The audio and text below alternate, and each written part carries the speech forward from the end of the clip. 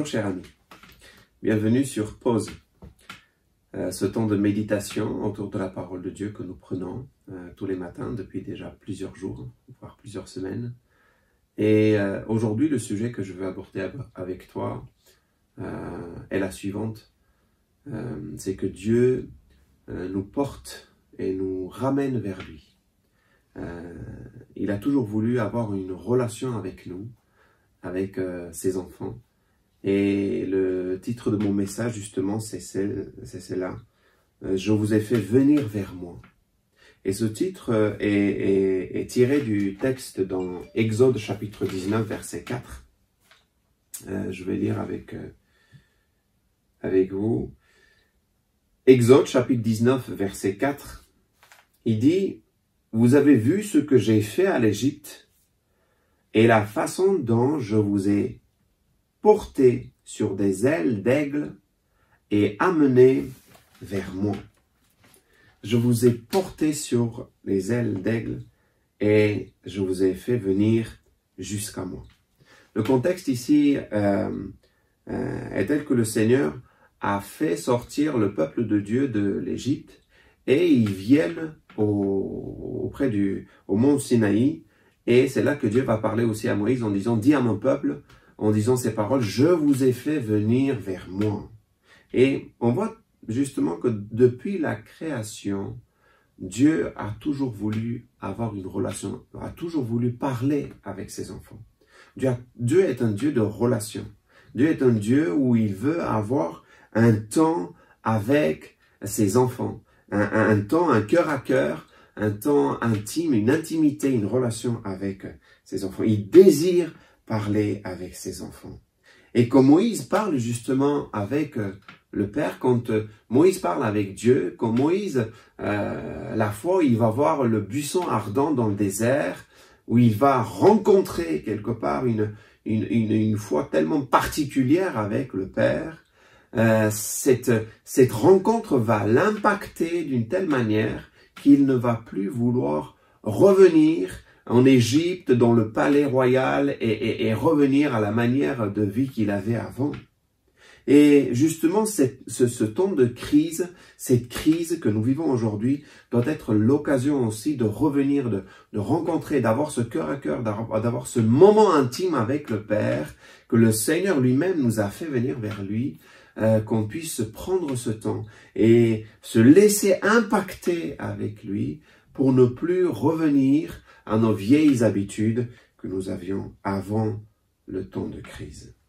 Dans ce passage, Dieu dit très clairement, « Je vous ai fait venir vers moi je vous ai porté comme sur des ailes d'aigle pour vous faire venir vers moi. Comme l'aigle, je vous ai porté sur mes ailes. » C'est ce que on peut lire aussi dans Deutéronome. Et justement, cette femelle, cet aigle qui porte ses petits sur ses ailes pendant son vol, Dieu est en train de dire, je vous ai fait porter et je vous ai fait parvenir vers moi et je vous ai fait sortir de l'Égypte par ma main puissante, et alors qu'il y avait des barrières infranchissables, je vous ai fait venir vers moi. Déjà, il fallait sortir de l'Égypte. Déjà, il fallait les faire sortir de l'esclavage. Et le Pharaon, justement, il avait le droit sur ses esclaves. Il avait le droit surtout, il avait le droit de mort et de vie sur le peuple de Dieu. Et quand, vous vous souvenez, Moïse vient leur parler, Pharaon, il dit, mais pourquoi je laisserai partir ce peuple? C'est lui qui avait tous les droits. Il pouvait tuer les enfants, il pouvait dire, asseyez-vous, il avait le droit de dire, là vous pouvez vous reposer, là vous pouvez travailler. Il avait tous les droits. Et Dieu vient libérer ce peuple. Dieu vient libérer ce peuple et il dit, je vous fais venir vers moi, je vous fais porter, je vous ai porté comme l'aigle sur ses ailes et je vous ai fait venir vers moi. Et Dieu dit justement à Moïse en disant, va dire à Pharaon, laisse partir mon peuple afin qu'ils viennent qu'ils viennent vers moi et qu'ils me servent. Et c'est ce que Pharaon va dire, c'est ce que Moïse va dire, pardon, dans Exode 8.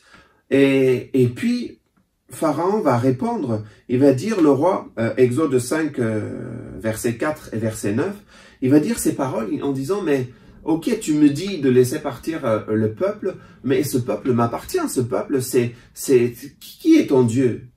D'où est-ce qu'il sort? Pourquoi je devrais lui obéir? Pourquoi je laisserais partir ce peuple? Et il dira ces paroles qu'on lit ici dans Exode chapitre 5, verset 4, il dit, le roi d'Égypte leur dit, Moïse, pourquoi détournez-vous le peuple de son travail? C'est comme si l'ennemi n'aime pas quand on veut revenir vers Dieu, et quand Dieu veut nous amener vers lui, l'ennemi ne veut pas nous donner ce temps qu'on veut donner à Dieu.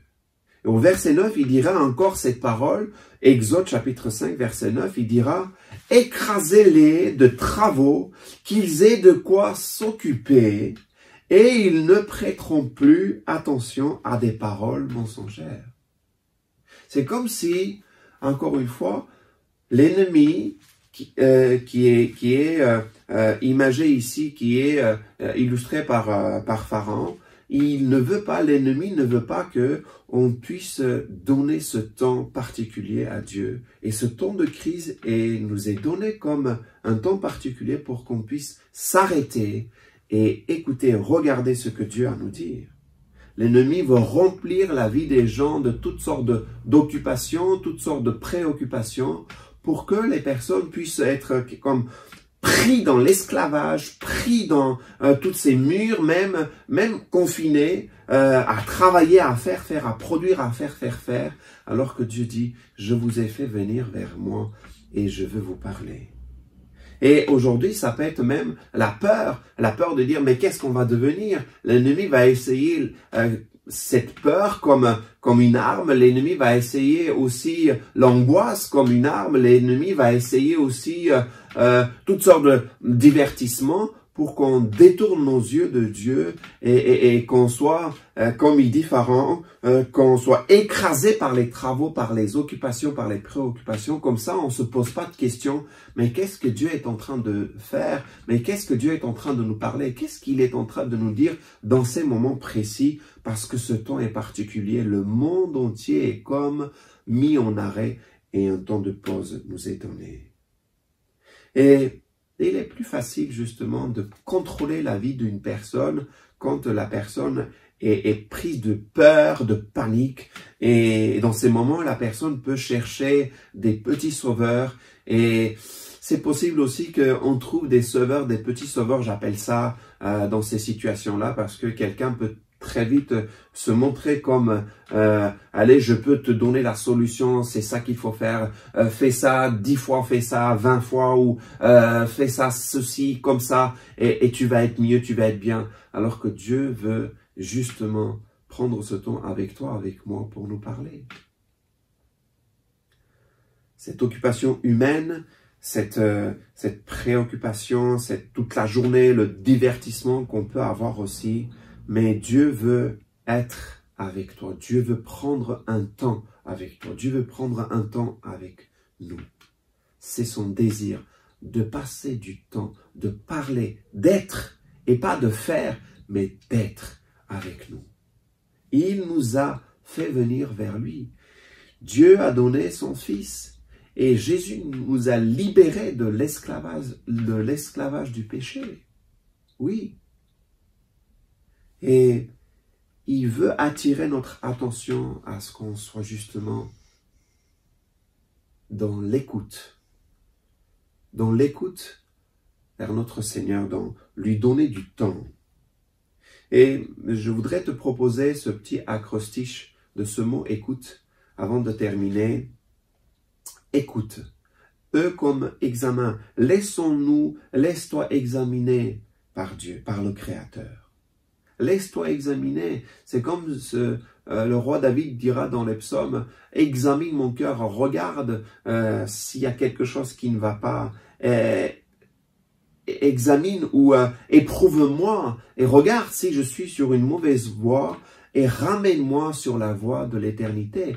Comme s'il dit, mais fais ce travail, viens regarder qu'est-ce qui se passe dans mon cœur, même dans ce temps de crise. Est-ce que je suis peut-être préoccupé par d'autres choses, même si je suis en arrêt, même si je suis peut-être en télétravail, je travaille beaucoup, mais s'il te plaît, viens, regarde si dans mon cœur, il y a quelque chose qui n'est pas à toi. Examine mon cœur. Écoute, c'est comme confiance et confiance en celui qui te connaît mieux que toi-même. Ayons confiance en celui qui nous connaît beaucoup mieux. Ayons confiance dans ces moments aussi. Ne laissons pas la peur ou la panique prendre place dans nos cœurs. Oh, écoute, c'est comme obéissance. Obéissant. Ce qu'il demande réellement, c'est qu'on puisse lui donner tout notre cœur, toute notre pensée, toute notre force, de tout notre cœur, on puisse obéir à notre Créateur, à notre Dieu. Écoute. Écoute, E-C-O-U, union, on soit unis dans ces moments-là. Et là où Jésus dit qu'il soit un comme moi je suis un avec toi, qu'on soit unis avec le Père, qu'on soit comme un avec lui, unis dans ces moments-là, qu'on puisse discerner à sa volonté, prendre le temps d'écouter pour être unis avec lui.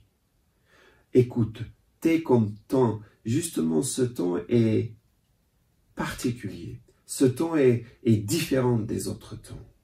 Ce temps nous est donné, je reviens encore une fois à cette notion du temps qui est essentielle pour nous tous, pour écouter. L'écoute peut être dérangeante des fois, le silence peut être dérangeant, mais prenons le temps de écouter. Écoute, expérience, nous allons ressortir de ces moments avec une expérience différente que celle que nous avons. Nous sommes entrés dans ces temps, mais vraiment laissons-nous impacter comme Moïse, il s'est laissé impacter à la rencontre de Dieu et il n'était plus la même. Laissons-nous impacter. En conclusion, j'aimerais dire que oui, le Père nous a fait venir vers lui. Il nous a portés, et alors que nous étions encore dans le péché, alors que nous étions séparés de lui, Christ est venu et il nous a libérés, il nous a fait venir vers le Père, il nous a réconciliés. C'est lui qui a fait le premier pas. Dieu a fait le premier pas. Il est venu nous chercher là où nous étions. C'est lui qui a fait le premier pas. Maintenant, c'est à moi de faire aussi le pas, aller vers lui. Jacques dira, approchez-vous de Dieu et il s'approchera de vous. Approchons-nous de lui, faisons le pas, allons vers lui. Dieu t'a porté, Dieu nous a portés et en ce moment il te porte aussi dans ces moments où peut-être tu es, oui encore touché par ce virus, touché par cette maladie, mais il te porte dans ces moments, il est là, par sa présence, laisse-toi remplir de sa présence dans ces moments-là. Prends un temps dans ta journée, prends un temps où tu mets à part et tu l'écoutes, prends un temps. Il veut avoir un temps de relation, une intimité avec toi, un cœur à cœur avec toi. Il veut te remplir, sois rempli de sa présence. Je veux terminer avec ça, sois rempli par la présence de Dieu. Par sa présence, écoute-le. Que Dieu te bénisse. Et à bientôt. Amen.